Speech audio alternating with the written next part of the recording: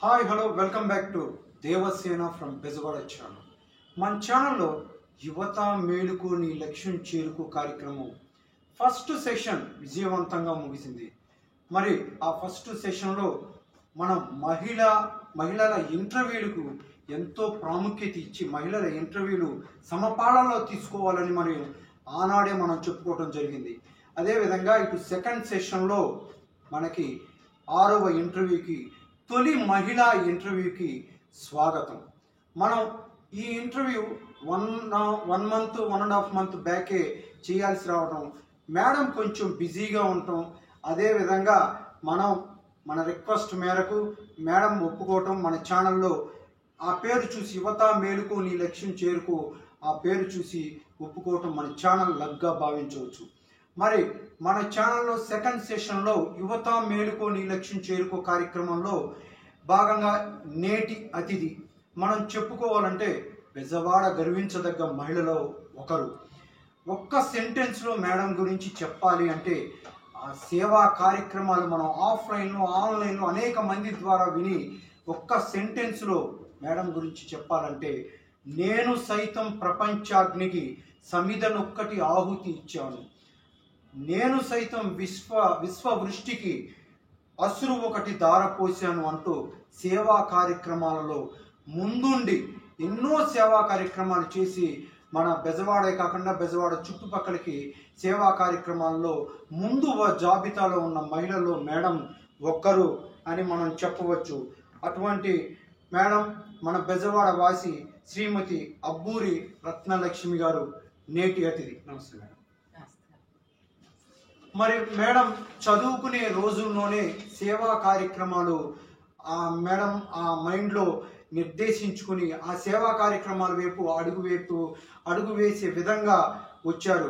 అదేవిధంగా ఆ చదువుకునే డేట్స్లోనే జై ఆంధ్ర ఉద్యమంలో కీలక పాత్ర పోషిస్తూ కీ రోల్ పోషించారని మనం చెప్పుకోవచ్చు. అదేవిధంగా ఆ తదుపరి కమ్యూనిస్టు భావజాలం ఉన్న ఇంట్లో మెట్టినింట్లో అడుగులు వేసి ఆ కమ్యూనిస్టు కుటుంబంలో అటు కమ్యూనిస్టు భావజాలంతో కానివ్వండి, ఇటు స్వతహాగా వచ్చిన సేవా కార్యక్రమాల భావజాలంతో మేడం అనేక సేవా కార్యక్రమాలు చేయటం జరిగింది. ముఖ్యంగా పేద బడుగు బలహీన వర్గాల వారి కష్టాలు చూసి అందులోనూ ముఖ్యంగా లంబాడీల తండాలను సందర్శించి వారి కష్టాలను మేడం తన అంతరంగంతో చూసి వారి కష్టాలకు ఎన్నో సేవా కార్యక్రమాలు ఎన్నో మార్గాలను సూచించి అనేక సేవా కార్యక్రమాలు వారికి అందించడం జరిగింది.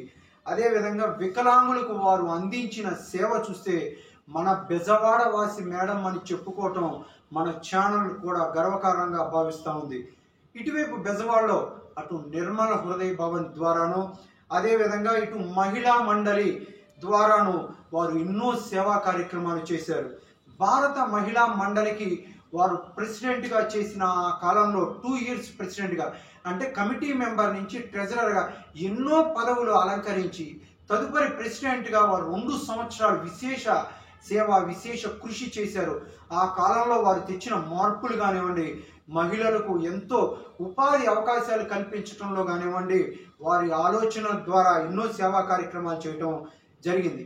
అంటే చిన్న ప్రోగ్రామ్స్ ద్వారా ఉపాధి అవకాశాలు అటు టైలరింగ్ కానివ్వండి, ఇటు బ్యూటీషియన్ కోర్సులు నేర్పించి వందలాది మంది మహిళలకు ఉపాధి అవకాశాలు, అంటే వందలాది మంది మహిళలు అంటే 100 కుటుంబాలకని మనం చెప్పుకోవచ్చు, ఎంతో ఉపాధి అవకాశాలు కల్పించారు.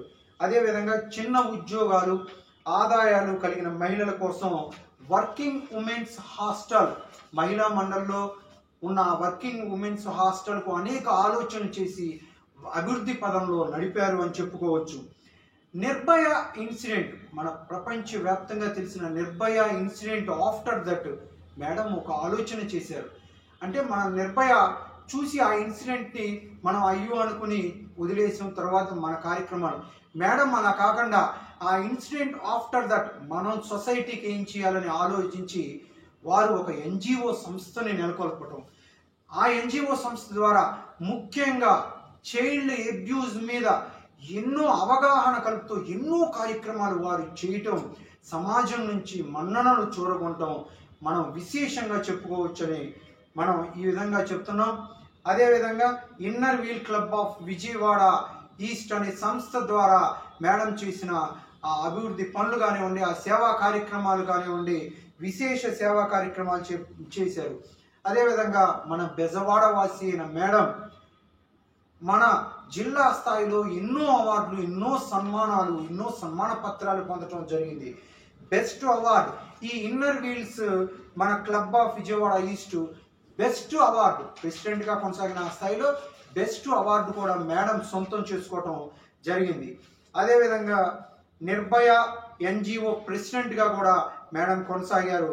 2020 మన ప్రపంచం, యావత్ ప్రపంచం మనం గుర్తుపెట్టిన కరోనా టైం అంటే ఉపాధి ద్వారా ఎవరి కుటుంబం వారు ముందుకు తీసుకెళ్ళటమే ప్రధానంగా భావించి ఆ ముందుకు తీసుకెళ్తే చాలు అనుకున్నారు. కానీ మేడం 2020 కరోనా టైంలో నిత్యాన్నదానం చేసి ఎంతోమంది కడుపు నింపారు, ఎన్నో కుటుంబాలకు సహాయం చేశారని మనం ఓడింగ్ చెప్పినప్పుడు చాలా చిన్నదిగా ఉంటుంది. కానీ ఆ కార్యక్రమం చేయటం చాలా అసలు మనం ఊహించలేనిది. చేతులు జోడించి మనం ప్రతి వాళ్ళు కూడా ఈ కార్యక్రమం తెలిస్తే నమస్కరించే కార్యక్రమం అని చెప్పుకోవచ్చు. అదేవిధంగా మన గన్నవరం లెప్రసీ కాలనీ మనం అందరికీ తెలుసు. ఆ లెప్రసీ కాలనీకి ఎవ్రీ 3 monthsకి ప్రొవిజన్స్ కానివ్వండి, రైస్ కానివ్వండి, అక్కడ ఈ వాష్రూమ్స్, బాత్రూమ్స్ కానివ్వండి నెలకొల్పడం, సేవా కార్యక్రమాలు చేయడంలో మేడం తొలి జాబితాలో ముందు ఉన్నారని చెప్పవచ్చు. ఆ సేవా కార్యక్రమాలు చేశారు. మరి ఇన్ని సేవా కార్యక్రమాలు చేసిన మేడం ఢిల్లీలో మదర్ ఇండియా అవార్డు పొందారు. మదర్ ఇండియా అవార్డు పొందడం మనందరికీ బెజవాడ వాసిగా మన ఛానల్ ద్వారా మనందరికీ గర్వకారణం అని చెప్పవచ్చు. అదేవిధంగా ఎన్నో అవార్డులు సుమారు 300 పైచిలకు కాంపిటీషన్స్లో పాల్గొన్న మేడం ఎన్నో సేవా కార్యక్రమాలు చేయటం జరిగిందని చెప్పవచ్చు. మరి అలాంటి అబ్బూరి రత్న లక్ష్మి గారు మన ఛానల్కు ఇంటర్వ్యూ ఇవ్వటం తొలుత అంటే ఉన్నత భావాలు ఉన్నవారు ప్రతి వారు ఇంతే అని మనం అనుకోవచ్చు. తొలుత నేను ఇంటర్వ్యూ ఇచ్చేది ఏముందని నేను అన్నారు. మేము పలుమార్లు రిక్వెస్ట్ చేసి మీలాంటి సేవా కార్యక్రమాలు చేసిన పర్సన్ ఇంటర్వ్యూ తీసుకోవడం మా ఛానల్ లక్ మేడం అని మా రిక్వెస్ట్ మేరకు ఇంటర్వ్యూ ఇస్తున్న శ్రీమతి అబ్బూరి శ్రీలక్ష్మి గారు నేటి అతిథి. ఓకే మేడం, మరిన్ని వివరాలు మేడం దగ్గర నుంచి తెలుసుకుందాం. మన యువత మేలుకో నీ లక్ష్యం చేరుకో కార్యక్రమానికి మేడం ఇచ్చే సందేశం ఏమిటో విందాం, మైండ్కి చేరవేద్దాం, వాటిని పాటిద్దాం, సక్సెస్కు మరింత చేరువేద్దాం. నమస్తే మేడం. ప్రేక్షకులకు కూడా నమస్కారం. మేడం, మీ తల్లి తండ్రి వారి పేర్లు, మీ స్వగ్రామం మా ఛానల్కి తెలియజేయండి. మా తండ్రి కానూరి సూర్యనారాయణ గారు, మా తల్లి గారి పేరు కానూరి బసవ సంపూర్ణమ్మ. నాకు ఒక చెల్లి, ఒక అన్నయ్య ఉన్నారు. మాది స్వగ్రామం కైకలూరు. అంటే నాన్నగారు కవతరము, అక్కడ నుండి తర్వాత మా చదువుల గురించి వ్యాపార నిమిత్తం కైకలూరు వచ్చేసారు. అదే స్వగ్రామం అయిపోయిందనమాట. మేడం, మీ స్కూల్ ఎడ్యుకేషన్, హైయర్ ఎడ్యుకేషన్ ఎక్కడ సాగినాయి, ఎలా సాగినాయి? నా స్కూల్ 10th వరకు కైకలూరు స్కూల్లోనే చదివాను, హై స్కూల్లో. తర్వాత ఇంటర్మీడియట్ గుడివాడ, అందరం కాలేజీ లెవెల్కి వచ్చామని చెప్పి అప్పుడు కైకలూరులో కాలేజీలు లేవు, అందుకని గుడివాడ వచ్చేసాము. గుడివాడ కేటీఆర్ ఉమెన్స్ కాలేజీలో నా ఫర్దర్ స్టడీస్ జరిగినాయి. నేను పెద్ద ఎక్కువ ఏం చదువుకోలేదు ఆ రోజుల్లో. 17 నిండంగానే ఇంకా పెళ్లి చేసేయాలని చెప్పి 18 ఏళ్ళు రాగానే చేసేసారు. బీకామ్ ఫస్ట్ ఇయర్ వరకే నేను కంప్లీట్ చేశాను. వివాహం, పిల్లలు, ఆ వివరాలు తెలియజేయండి. నా వివాహం అబ్బూరి పుల్లారావు గారు అని మైలవరం దగ్గర మరుసుమల్లి వారి స్వగ్రామం, వారితో జరిగింది.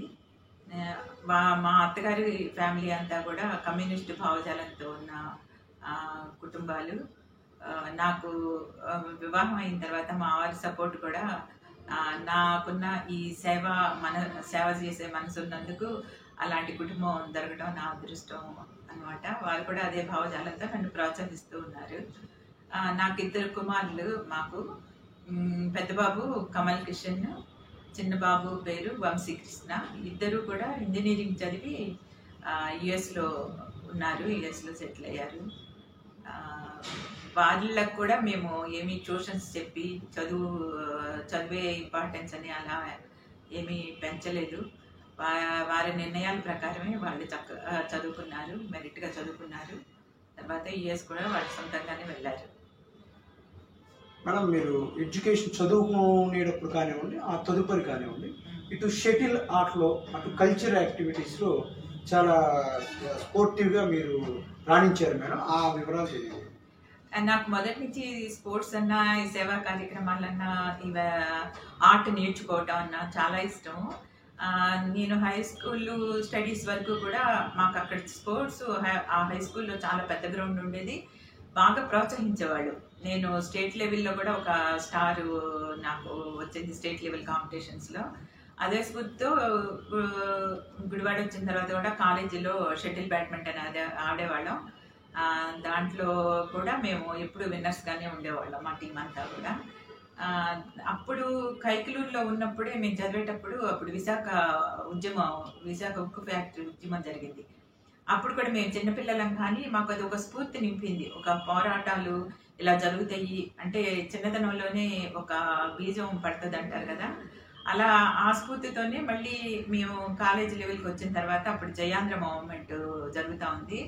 ఆ ఇదితో మా అన్నయ్య కూడా అప్పుడు యూత్ లీడర్గా ఉండేవారు. దాంతో మేము చాలా సహాయకారిగా అంటే దాని గురించి ఆ జయాంధ్ర మూవ్మెంట్ అప్పుడు పల్లెటూర్లు వెళ్ళటం, వాళ్ళకి అవేర్నెస్ కల్పించడం, మీటింగులు పెట్టడం, అట్లాంటివన్నీ కూడా మేము చాలా యాక్టివ్గా పార్టిసిపేట్ చేసాం అన్నమాట. మేడం, మీరు ఇటు సేవా రంగం వైపు అడుగులు పట్టడానికి ఎవరైనా ఇన్స్పిరేషన్ మేడం? తప్పకుండానండి. అది ఎవరికో ఒక స్ఫూర్తి. మా మదరే నాకు స్ఫూర్తి అన్నమాట. అంటే అమ్మ వాళ్ళు కైకిలులో ఉన్నారన్నాను కదా, అప్పుడు ఎమ్మెల్యే కమ్మిల అప్పారావు గారని వాళ్ళ వైఫ్ మంగతారమ్మ గారు అనుకుంటా, నాకు పేరు సరిగ్గా గుర్తులేదు. ఆవిడ ఒక మహిళా మండలి పెట్టారు. అప్పుడు పెట్టి వీళ్ళందరూ మా మదర్ వాళ్ళంతా మెంబర్స్గా ఉన్నారు. వాళ్ళు రాట్న ఒడికి ఆ నూలు తీసి ఆ నూలు మళ్ళీ కండీలు కట్టి అమ్మేవారు. అమ్మిన ఆ డబ్బులతో సేవా కార్యక్రమాలు అలా చేస్తూ ఉండేవారు.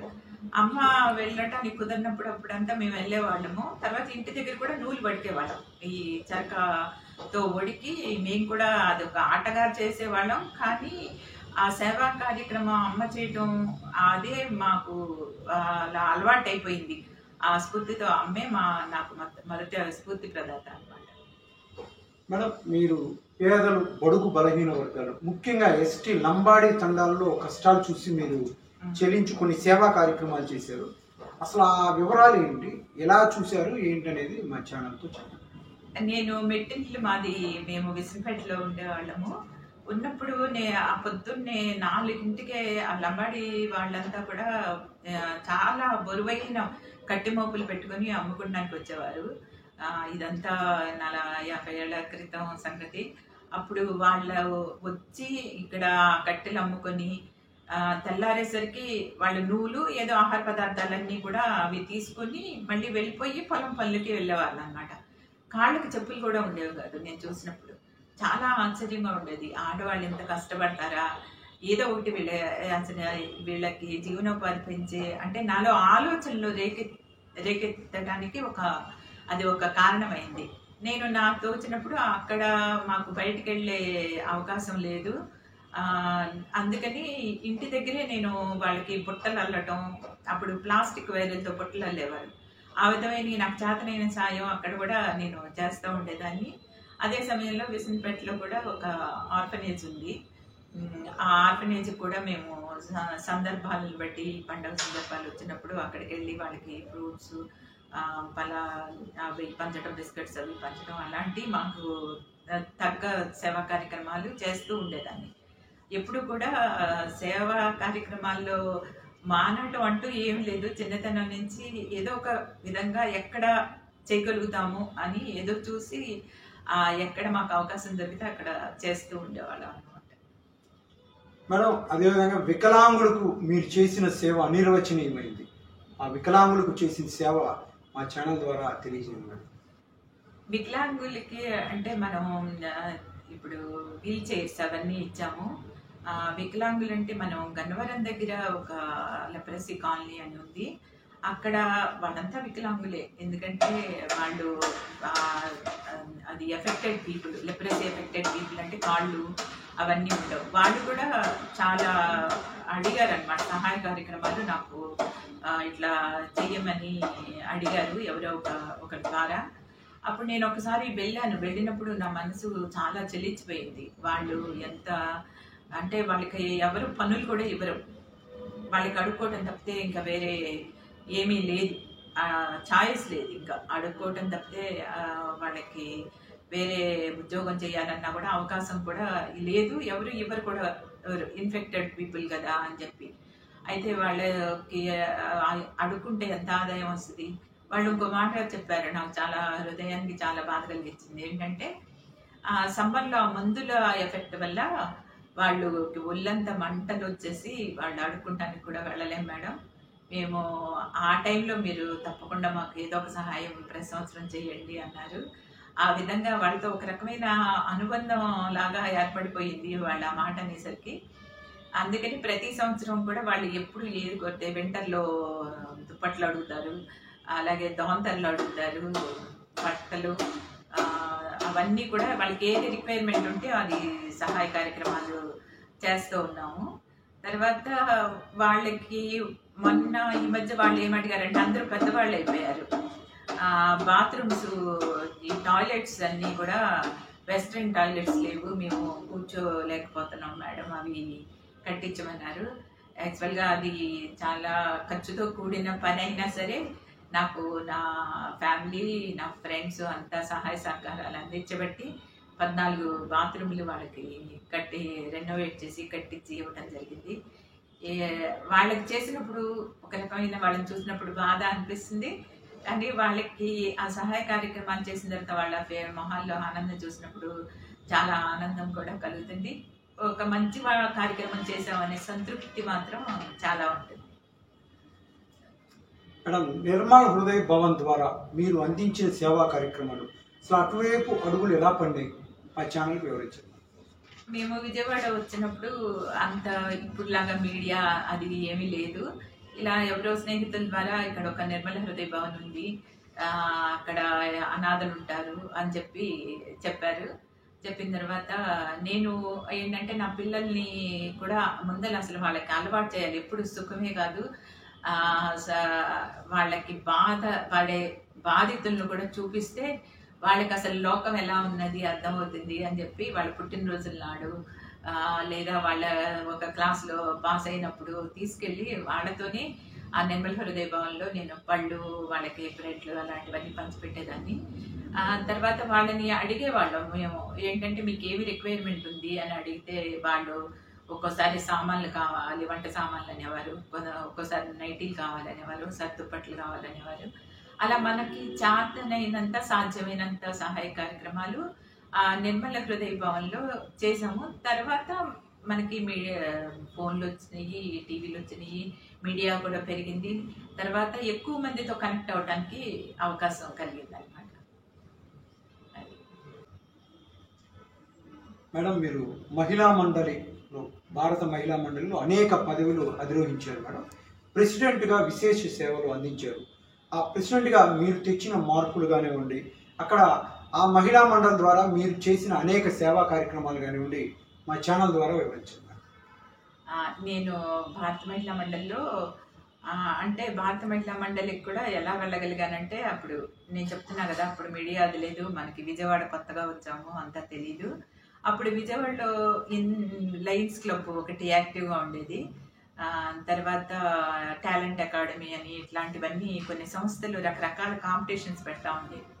నాకు ఆర్ట్ అంటే చిన్నప్పటి నుంచి చాలా ఇష్టం. నేను న్యాచురల్గానే పెయింటింగ్స్ అవన్నీ వేస్తూ ఉంటాను. అలా కాంపిటీషన్స్ పెట్టినప్పుడు ఆ కాంపిటీషన్స్ పాల్గొనేదాన్ని. ఏంటంటే కుకింగ్, ముగ్గులు, పెయింటింగ్, అలా భారత మహిళా మండలిలో కూడా కాంపిటీషన్స్ పెడతా ఉండేవారు. ఆ కాంపిటీషన్స్కి వెళ్ళినప్పుడల్లా ప్రతి దాంట్లోనూ నాకు డెఫినెట్గా ప్రైజ్ తీసుకునే వచ్చేదాన్ని అనమాట. ఫస్ట్, సెకండ్, థర్డ్ ఏదో ఒక ప్రైజ్ తప్పకుండా తీసుకుని వచ్చేదాన్ని. ఆ విధంగా భారత మహిళా మండలితో నాకు పరిచయం కలిగింది. అక్కడ వాళ్ళు నా యాక్టివ్నెస్ చూసి నువ్వు తప్పకుండా మెంబర్గా చేరు అని అనేసరికి నేను అక్కడ సేవా కార్యక్రమాలు చూసిన తర్వాత ఇన్స్పైర్ అయ్యి దాంట్లో మెంబర్గా చేరాను. చేరిన తర్వాత నాకు కమిటీలో తీసుకుని నన్ను రకరకాల పదవులు నాకు ఇవ్వటం జరిగింది.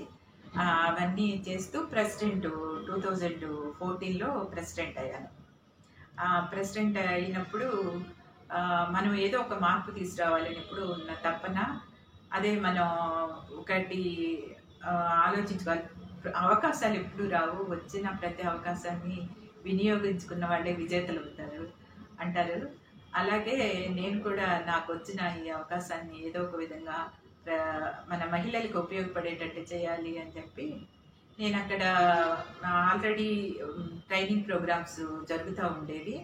ప్రతి నెలకి ఒకసారి పేపర్లో అడ్వర్టైజ్మెంట్ ఇచ్చేవాళ్ళం అనమాట. టైలరింగ్, మిషన్ ఎంబ్రాయిడరీ, తర్వాత పెయింటింగ్ క్లాసులు, బ్యూటీషియన్ కోర్సులు, ఇవన్నీ కూడా చాలా ఉచితంగాను, కొన్నిటికి నామినల్ ఫీజుతో 100 రూపాయలు అట్లాంటి ఫీజులతో మేము మీకు చెప్తామని చెప్పి పేపర్ ద్వారా మనం ఇవ్వడం జరిగేది అడ్వర్టైజ్మెంట్.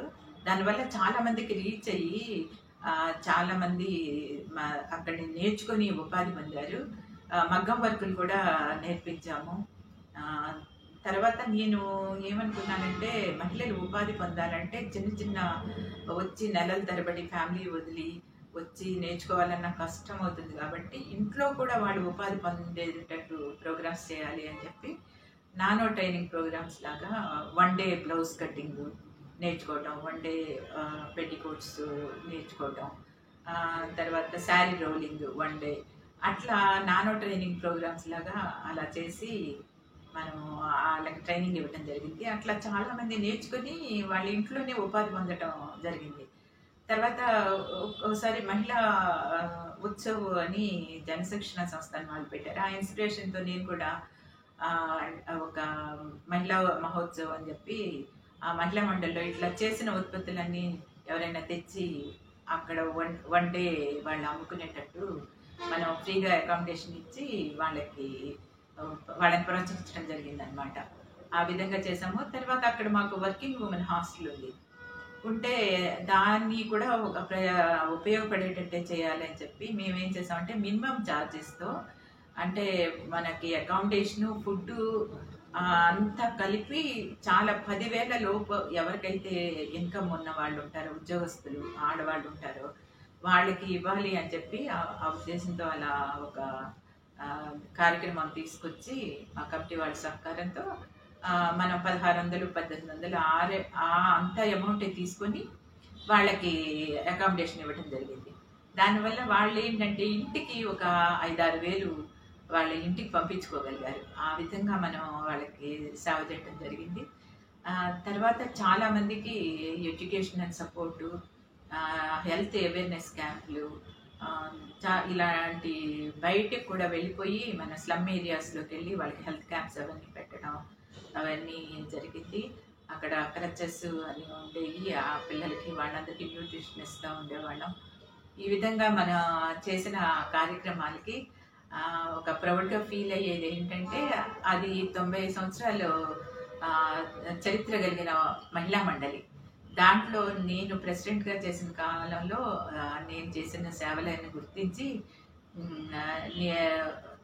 బెస్ట్ మహిళా మండలి అవార్డు జిల్లా నెహ్రూ యువ కేంద్ర వాళ్ళ నుంచి నేను తీసుకోవటం జరిగింది. అది మహిళా మండలికి ఒక మైలురాయి లాంటిది. అది నాకు, నేను మహిళా మండలిలో చేసినందుకు ప్రెసిడెంట్గా అది నాకు చాలా గొప్ప అనుభూతిని ఇచ్చింది. మేడం, నిర్భయ ఇన్సిడెంట్ జరిగినప్పుడు యావత్ ప్రపంచం అయ్యో అన్నారు, కన్నీళ్లు పెట్టని వాళ్ళు లేరు. అయితే ఆ ఇన్సిడెంట్ మీరు ఎంతో ఆలోచించి తద్వారా ఒక NGO సంస్థని రూపొందించి ముఖ్యంగా చైల్డ్ అబ్యూజ్ మీద అనేక అవగాహన కార్యక్రమాలు చేశారు మేడం. మీరు ఆ వివరాలు మా ఛానల్తో తెలియజేయండి. నిర్భయ 2014లో నిర్భయ ఇన్సిడెంట్ జరిగినప్పుడు నా మనసు చాలా కలిసివేసింది. అలాంటి ఇన్సిడెంట్ జరిగినప్పుడు ఆడపిల్లల్లో ఎదిరించే ధైర్యం కూడా కావాలి.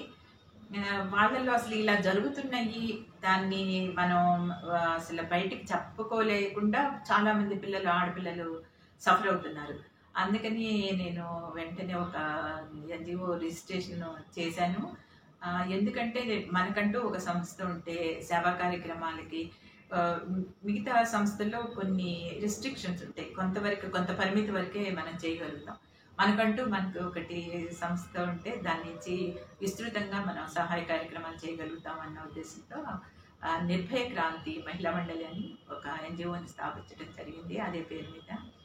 అప్పటి నుంచి మేము అన్ని స్కూల్స్లో తిరిగి ఆడపిల్లలను మోటివేట్ చేస్తూ ఒక లాయర్ని, పోలీసులని, సోషల్ వర్క్ అంటే ఇట్లా ఇష్టం ఉన్న వాళ్ళని తీసుకెళ్ళి వాళ్ళకి మనం ఇలా చైల్డ్ అబ్యూస్ జరుగుతుంది, అప్పుడు మనం ఏం చేయాలి, ఎలా వాళ్ళ నుంచి మనం కాపాడుకోవాలి. అంటే చైల్డ్ అబ్యూస్ అబ్బాయిలకి జరుగుతుంది, అమ్మాయిలకి జరుగుతుంది.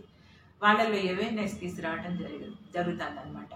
అయితే మనకి వచ్చిన ఫీడ్బ్యాక్ ఏంటంటే చాలామంది పిల్లలు ఆడపిల్లల మీద వాళ్ళకి జరిగిన అత్యాచారాలని వాళ్ళ తల్లిదండ్రులకు కూడా చెప్పనయ్యి అప్పుడు మాకు చెప్తున్నారు. అది చాలా అంటే మనం వాళ్ళల్లో ఒక స్ఫూర్తిని అంటే ఒక ధైర్యాన్ని నింపగలిగామనే ఆనందం అయితే చాలా అనిపించింది.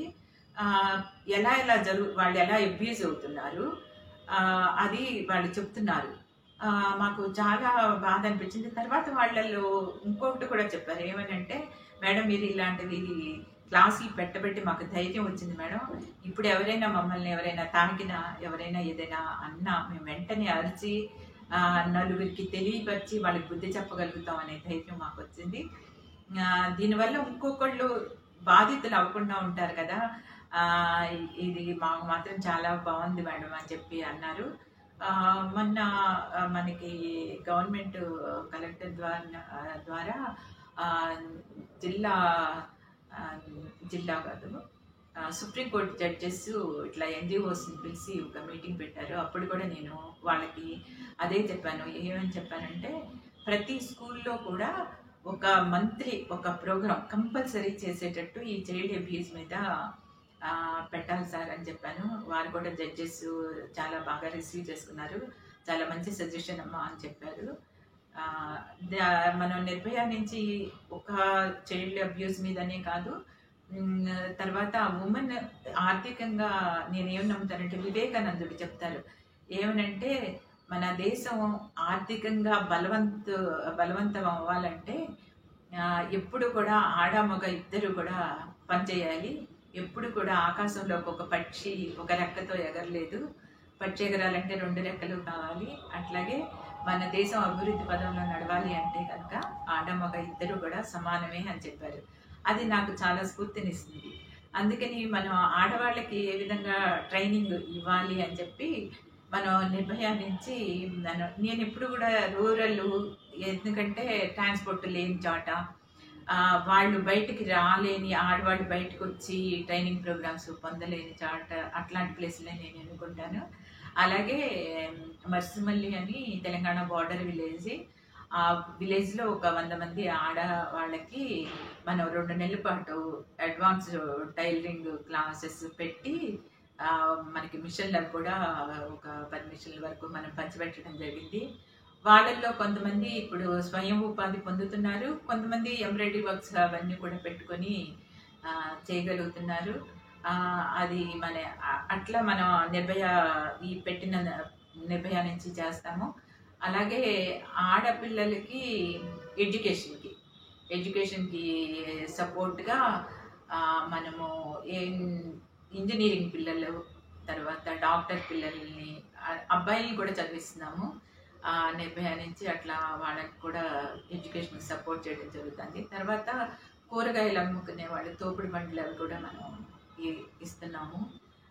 ఈ విధంగా నిర్భయ నుంచి చాలా కార్యక్రమాలు చేయగలుగుతున్నాం. మేడం, ఎన్నో సేవా కార్యక్రమాలు చేసిన inner wheel club of Vijayawada east గురించి మీ మాటల్లో చెప్పండి. ఇదే inner wheel club of Vijayawada ఈస్ట్లో కూడా నేను మెంబర్గా ఉన్నాను. తర్వాత వాళ్ళంతా ఏకగ్రీవంగా నన్ను ప్రెసిడెంట్ చేయమన్నారు. అది 2 years కంటిన్యూగా ప్రెసిడెంట్ చేయడం జరిగింది. ఇన్నర్ వీల్ క్లబ్లో చేసినప్పుడు ఒక గొప్ప విషయం ఏంటంటే వాళ్ళు ప్రతి సంవత్సరం ఒక థీమ్ ఇస్తారనమాట. అప్పుడు మాకు హ్యాపీ స్కూల్స్ అని ఒక థీమ్ ఇచ్చారు. దాంతో అది నేను మరుసమల్లి విలేజ్కి వెళ్ళినప్పుడు అక్కడ పిల్లలు స్కూల్కి వెళ్తుంటే చూశాను. వాళ్ళు చినిగిపోయిన లాగులు వేసుకున్నారు, వెనకాల బియ్యం సంచులతో కుట్టిన సంచులు వేసుకుని వెళ్తున్నారు. వెళ్తుంటే నాకు అసలు ఆ స్కూలు ఎలా ఉంటుందో చూద్దామని వెళ్ళాను. వెళ్తే అంతా పిచ్చి మొక్కలు పెరిగిపోయి పిల్లలేమో నేల మీద కూర్చొని ఒక 40-50 మంది పిల్లలు ఉన్నట్టున్నారు. అది వాళ్ళని చూసిన తర్వాత మనసుకు చాలా బాధ కలిగింది. తర్వాత అప్పుడు హెచ్ఎం గారితో మాట్లాడి, మనం మన పిల్లలకేమో ప్రతి సంవత్సరం బ్యాగ్ బాగున్నా లేకపోయినా కూడా వాళ్ళకి కొత్త బ్యాగులు కొని ఇస్తూ ఉంటాము, వీళ్ళు ఇట్లా ఉన్నారు అని చెప్పి ముందల ఆ స్కూలు అంత పరిసరాలు పరిశుభ్రంగా ఉండాలి అని చెప్పి ముందల వాళ్ళతో ఒక మోటివేషన్ కల్పించి స్కూల్ శుభ్రపరిచి తర్వాత వాళ్ళకి బుక్స్, బ్యాగ్స్ అవన్నీ కూడా నేను ప్రొవైడ్ చేయడం జరిగింది. తర్వాత ఇన్నర్వీల్ క్లబ్ వీళ్ళు ఎలాగో హ్యాపీ స్కూల్స్ అని ఇచ్చారు కాబట్టి అది ఎట్లయినా హ్యాపీ స్కూల్స్ కింద మార్చాలని చెప్పి దాతల సాయంతో ఆశాజ్యోతి అని మా పిల్లలది ఒక ఫౌండేషన్ ఉంది, వాళ్ళ ద్వారా స్నేహితుల ద్వారా వాళ్ళకి ఒక 100 బెంచీలు మనం ఇచ్చాము. ఆ ఊళ్ళో 2 స్కూల్స్ని అడాప్ట్ చేసుకుని వాళ్ళకి కావాల్సిన మౌలిక సదుపాయాలన్నీ కూడా, అంటే బాత్రూమ్స్ లేవు వాటిని కట్టించడం, హ్యాండ్ వాష్ చేయించడం, స్కూల్కి రంగులు వేయించడం, అలాంటి కార్యక్రమాలన్నీ చేసాము. దాదాపు అప్పుడు ఆ 2 ఇయర్స్లో 35 స్కూల్స్ని మనం ఇట్లా రెనోవేట్ చేసి వాళ్ళకి కావాల్సిన మౌలిక సదుపాయాలన్నీ కల్పించి పిల్లలకు నోట్ పుస్తకాలు పంచి చెప్పులు, బూట్లు, బ్యాగులు ఇలాంటివన్నీ పంచి 35 స్కూల్స్ని డెవలప్ చేయడం జరిగింది, హ్యాపీ స్కూల్స్గా మార్చడం జరిగింది.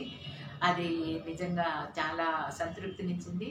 అప్పుడు నాకు Inner Wheel club of Vijayawada east మా క్లబ్బు మొత్తం దాదాపు 22 అవార్డులు ఏమో గెలుచుకున్నాము.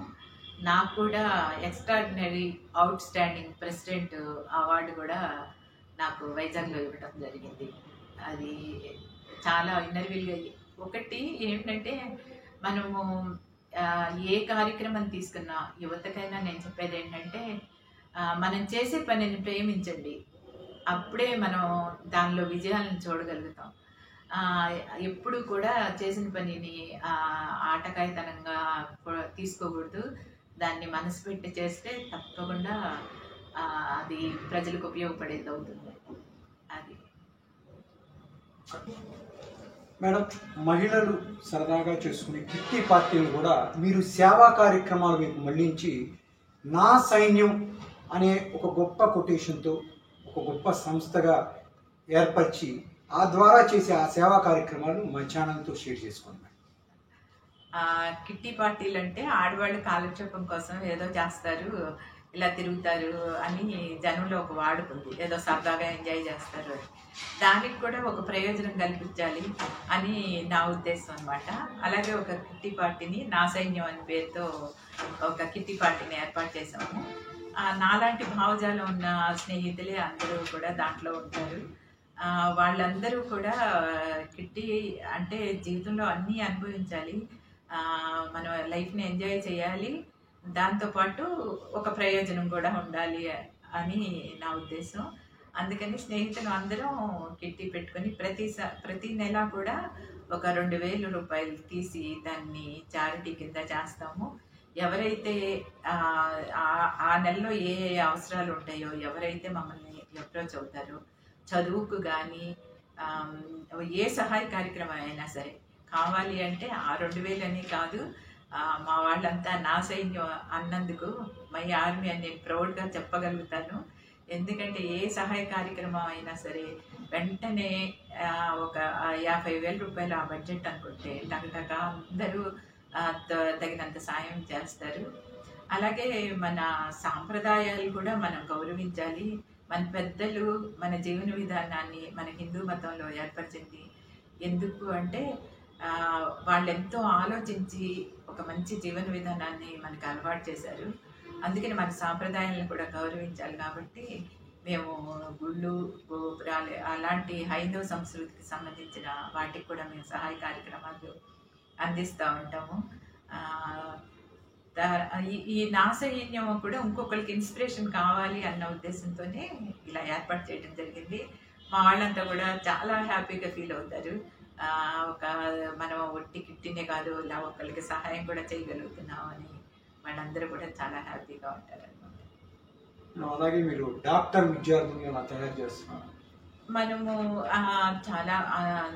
చాలా మంది మెరిట్ విద్యార్థులు ఉన్నారు. ఇక్కడ కులం అనేది ఏం లేదు. ఆర్థికంగా వెనుకబడిన వాళ్ళు చాలామంది ఉన్నారు. వాళ్ళు కొంతమంది నా దగ్గరికి వచ్చినప్పుడు మనం అనుకుంటాం మనుషులకి సినిమాల్లోనే చూస్తాము కష్టాలు ఇలా కూడా ఉంటాయి ఆ జీవితంలో. అలాంటి వ్యక్తులు నాకు ఎవరి ద్వారానో నిజంగా మాట్లాడాలంటే మీడియా ఎంత ఉపయోగించుకుంటే ఎంత ఉపయోగం అనిపిస్తుంది. మీడియా ద్వారా నేను ఫేస్బుక్లో నా అకౌంట్ ఉంది. నేను చేసిన కార్యక్రమాలు చూసి ఎవరో నన్ను ఇట్లా అప్రోచ్ అయ్యారు. అలా అప్రోచ్ అయిన పిల్లల్ని మెడిసిన్ విద్యార్థులు వాళ్ళంతా చాలా మెరిట్ విద్యార్థులు. వాళ్ళని ఒక 5 ఇంజనీరింగ్ పిల్లల్ని, ఒక 3 మెడికల్ విద్యార్థుల్ని చదివిస్తున్నాము. అది మేము చాలా గర్వించదగ్గ విషయం. పుస్తకాలు అవన్నీ కూడా మేమే ఫ్రెండ్స్ ద్వారా కలెక్ట్ చేసి ఇస్తాము. నా సైన్యం ద్వారా ఇవన్నీ చేయగలుగుతాము. తర్వాత మనకి నాసే ఇప్పుడు మనం ఒక ఎన్జిఓ పెట్టాం కదా. కరోనా టైంలో కూడా మనము చాలా సేవా కార్యక్రమాలు చేయడం జరిగింది. కరోనా టైంలో కూడా చాలామంది జర్నలిస్టులు చనిపోయారు. చాలామంది ఫుడ్ లేక ఆలోచించారు. అలాంటి వాళ్ళందరికీ కూడా మన నిర్భయ తరపున చాలామందికి సరుకులు తెప్పించి ఇవ్వడం జరిగింది. తర్వాత మనకి గన్నవరంలో లెప్రసీ కాలనీ ఉందన్నాం కదా. అప్పుడు వాళ్ళకి ప్రతి 3 నెలలకి 6 నెలలకి అలా మనం సరుకులు అయ్యి పంపించడం జరిగిందనమాట. ఈ కార్యక్రమాలన్నీ చేసిన కార్యక్రమాలన్నీ చూసి మళ్ళీ మనకి మినిస్ట్రీ ఆఫ్ స్కిల్ డెవలప్మెంట్ వాళ్ళు నిర్భయ క్రాంతి మహిళా మండలి బెస్ట్ క్లబ్ కింద మళ్ళీ ఒక 25,000 డబ్బు తర్వాత సర్టిఫికెట్తో గౌరవించడం జరిగింది. అది చాలా మా నిర్భయ పెట్టినందుకు ఒక ఇట్లా ఉపయోగపడి ఇట్లా గుర్తింపు వచ్చిందని చాలా ఆనందం కలిగింది.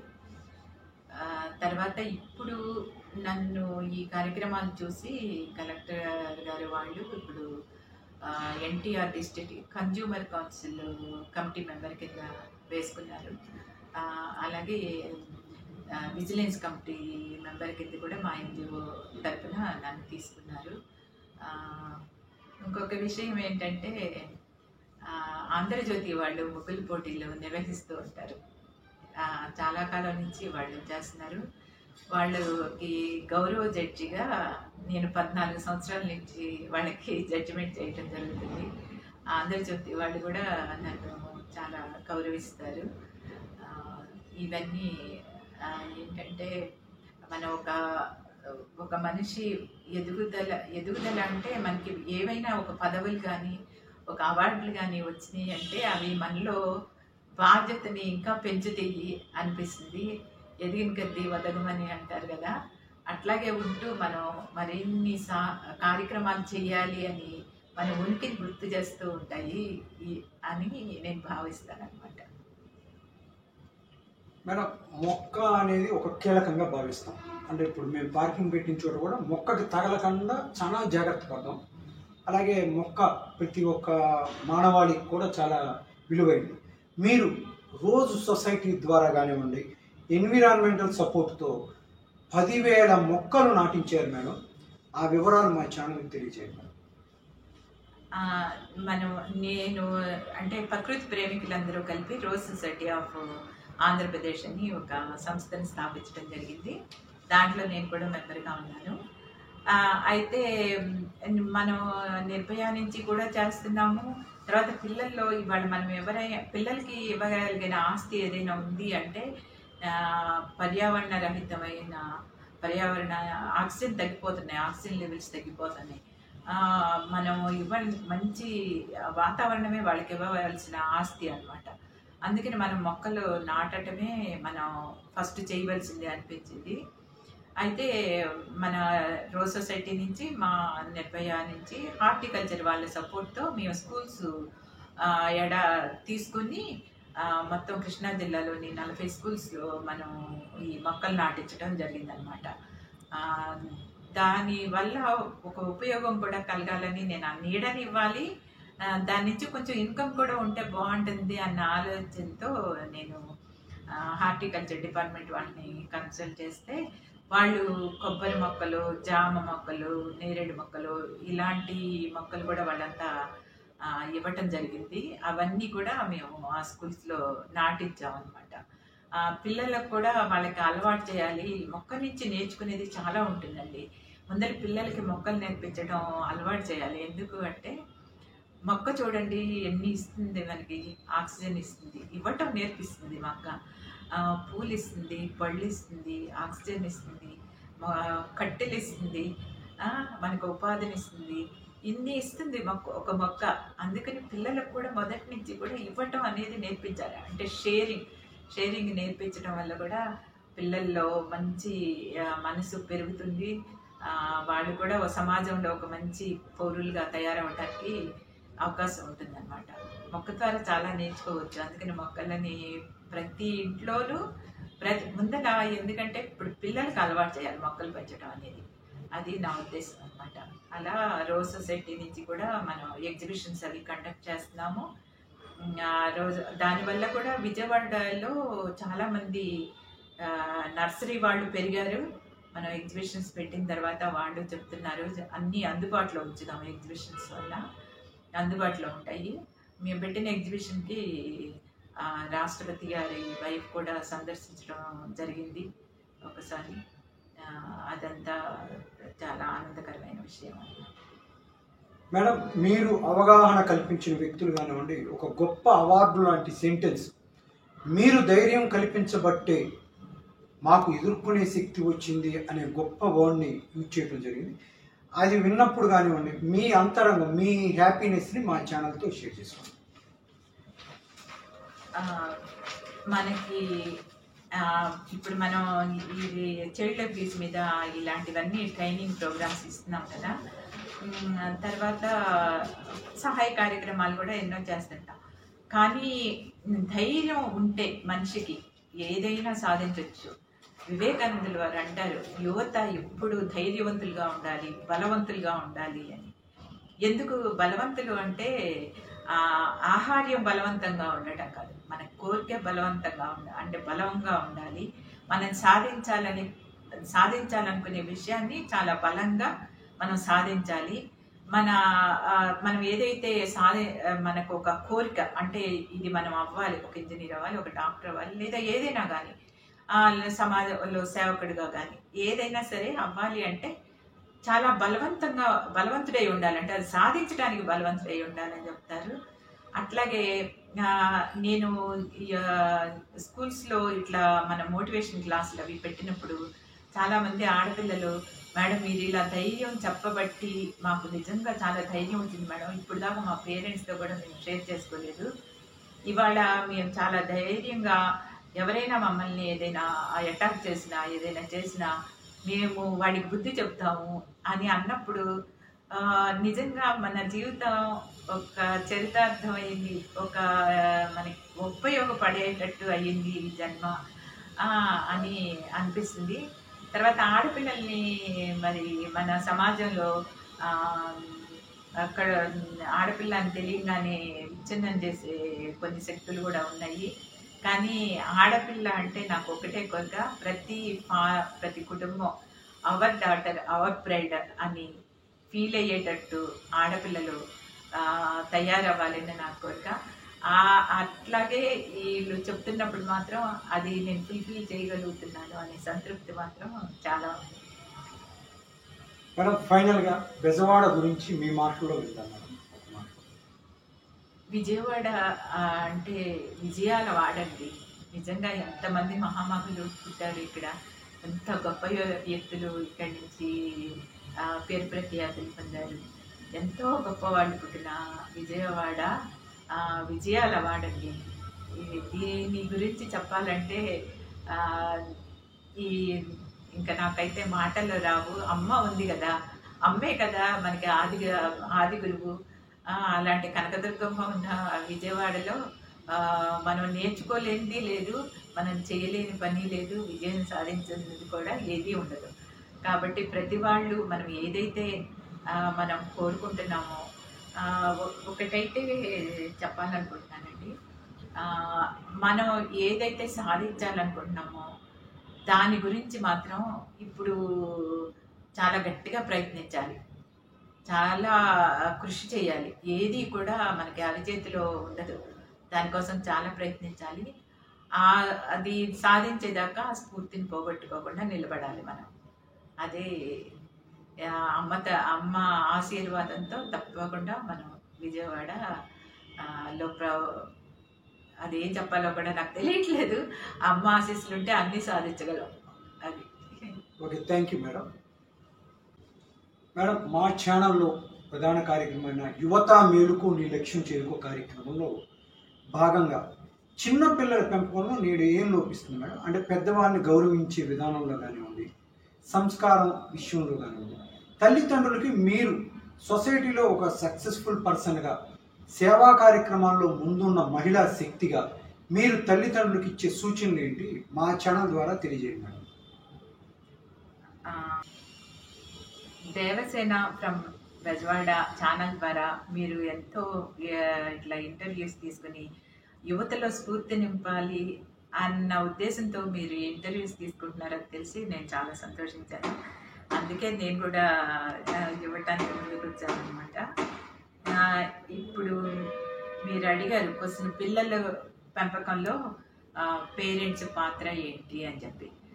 అది చాలా ఉందండి. ఎవరి పిల్లలైనా బాగుండాలని పెంచుతాం, కానీ మనం తెలియకుండానే కొన్ని తప్పులు చేస్తున్నామేమో అనిపిస్తుంది. ఇప్పుడు పిల్లలకి పుట్టిన కాడి నుంచి మనం ఫోన్లు, అన్నం తినకపోతే ఫోన్ ఇస్తాము, అల్లరి చేస్తుంటే ఫోన్ ఇస్తాము, ఏడుస్తుంటే ఫోన్ ఇస్తాము.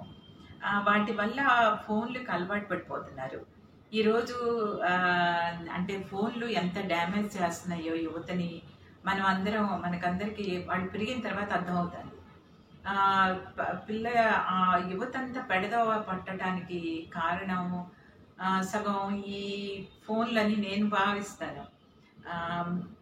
మనం పేరెంట్స్గా మనం ఎట్లా పెంచితే పిల్లలు అట్లా పెరుగుతారండి. మన చిన్నప్పుడు మనం ఫోన్లు ఏమి లేవు కదా, మనకి మీడియా లేదు, అయినా కూడా మనం బాగానే పెరిగాం, మన బాధ్యతతో పెరిగాం. ఒకటి ఏంటంటే మనం ఎంత ఎదిగినా కూడా మన సంస్కృతి సాంప్రదాయాల్ని మర్చిపోకూడదు. మన మూలాలు ఎక్కడి నుండి వచ్చినాయి అనేది మనం మర్చిపోకూడదు. వాటిని గౌరవిస్తూ మనం ఎదగాలి. వాటిని మన జీవితానికి అన్వయించుకుంటూ మనం ఎదగాలి. అప్పుడే మంచి పౌరులుగా తయారవుతారు అని నేను భావిస్తాను. అలాగే పిల్లల్లో కేవలం పుస్తకాల పురుగులనే చేయొద్దు. కాన్వెంట్కి వెళ్ళాలి, పిల్లలు బాగా చదవాలి, ఫస్ట్ ర్యాంక్ మా వాళ్ళకి అలాంటి ఇది కాదండి. మనం వాళ్ళల్లో ఒక కోరిక, విద్యార్థులకల్లా మనం చెప్పవలసింది ఏంటంటే వాళ్ళలో ఒక కోరికని రగిలించాలి. అంటే ఆ కోరిక ఎలా ఉండాలి అంటే వాళ్ళ జీవితంలో ఏం సాధించాలనుకుంటున్నారో వాళ్ళ అభిరుచులకు అనుగుణంగా ఒక కోరికని వాళ్ళని రగిలిస్తే దాన్ని సాధించడానికి వాళ్ళే ప్రయత్నించుకుంటారు. అందుకని మనం ఎప్పుడు ఇది చెయ్యి అది చెయ్యి అని చెప్పే కంటే కూడా వాళ్ళల్లో ఒక కోరికను రగిలించితే అది వాళ్ళల్లో ఇప్పుడు వివేకానందులు వారు చెప్పినట్టు, తర్వాత మనం పిల్లలకు కూడా పెద్దవాళ్ళ జీవిత చరిత్రలు అవి చదివిస్తూ ఉండాలండి. అవి వాళ్ళల్లో ఎంతో స్ఫూర్తిని నింపుతాయి. ఇప్పుడు వాళ్ళు గొప్ప గొప్ప వాళ్ళందరూ కూడా చదువుకునే పెద్దవాళ్ళు అవ్వలేదు. ఇప్పుడు మన మోడీ గారు కానీ తర్వాత పెద్ద పెద్ద వాళ్ళందరూ కూడా ఇట్లా వాళ్ళు ఏదైతే సాధించాలన్నారో కష్టపడి వాళ్ళు సాధించుకోగలిగారు. అబ్దుల్ కలాం గారు ఉన్నారు, వారు పేపర్లు వేసేవారంట, వారు ఎంత గొప్ప సైంటిస్ట్ అయ్యారు. అట్లా వాళ్ళల్లో ఉన్న కోరిక వల్ల వాళ్ళు అంత గొప్ప వాళ్ళు అవ్వగలిగారు. దానికి మనం పునాది వేయాలి అని నా ఉద్దేశం అన్నమాట.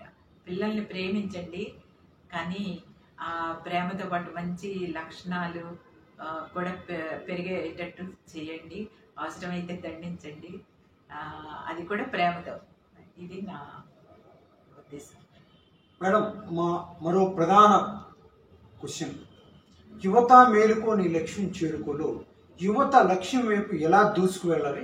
ఎట్ ద సేమ్ టైం ఈ ర్యాష్ డ్రైవింగ్ కానివ్వండి, కొన్ని రకాల వ్యసనాలు కానివ్వండి, ట్రిపుల్ రైడింగ్ కానివ్వండి, ఇవి అనుసంధానం చేస్తూ యువతకి మా ఛానల్ ద్వారా బెజవాడ సేవా కార్యక్రమాల్లో తొలి వరుసలో ఉన్న మీరు మహిళా శక్తిగా యువతకి దిశానిర్దేశం చేయండి మేడం. యువత మేలుకో, అది యువతని అసలు మేల్కొల్పటం ఏంటండి? ఆ యువతలోనే అసలు వాళ్ళు మనల్ని మేల్కొల్పాలి, సమాజాన్ని మేల్కొల్పాలి. యువత అంటే ఎంత శక్తివంతులండి వాళ్ళు. దేశానికి ఈ రోజులో మనకున్న భారతదేశానికి ఉన్న అదృష్టం ఏంటంటే యువత ఎక్కువ ఉంది, యువత బలం ఎక్కువ ఉంది. గొప్ప గొప్ప సంస్కరణలు చేయొచ్చు, గొప్ప గొప్పవన్నీ సాధించవచ్చు.